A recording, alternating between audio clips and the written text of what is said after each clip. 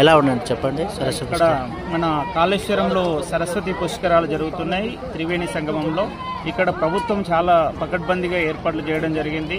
ఎందుకంటే మనము ప్రతిరోజు 2 లక్షల డివోటీస్ భక్తులు వస్తారనే అంచనాతో ఎటువంటి లోటుపాట్లు లేకుండా పారిశుద్ధ్యం కానీ, మంచినీళ్ళ సౌకర్యం కానీ, రవాణా సౌకర్యం కానీ, పార్కింగ్ కానీ, ట్రాఫిక్ కానీ అన్నీ కూడా పకడ్బందీగా చేయడం జరిగింది.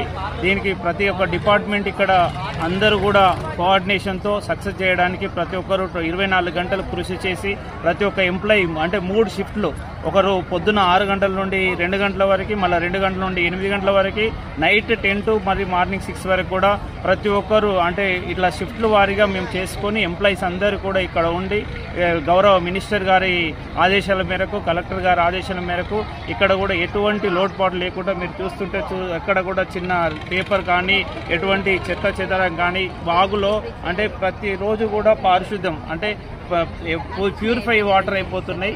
మీకు ప్రతిదీ కూడా ఏది కూడా అంటే మన గోదావరిలో ఎటువంటి మాలిన్యం కానీ, ఎటువంటి చెత్త చెదారం లేకుండా పారిశుద్ధ్య కార్మికులు కూడా నిత్యం శ్రమిస్తున్నారు. మనకు ఇక్కడ గౌరవ డిపి గారు వీరభద్రయ్య గారు, ఏసీఎల్బీ మేడం గౌరవ ఏసీఎల్బీ మేడం గారు, విజయలక్ష్మి మేడం గారు నిత్యం పర్యవేక్షణ చేస్తున్నారు. పారిశుద్ధ్య కార్యక్రమాలు కూడా ప్రతి ఒక్క డిపార్ట్మెంట్ కూడా సహకరిస్తుంది. భక్తులు కూడా దానికి అనుకూలంగా సహకరిస్తున్నారు. ఇక్కడ ఫ్రెండ్లీ పోలీస్ ఉంది.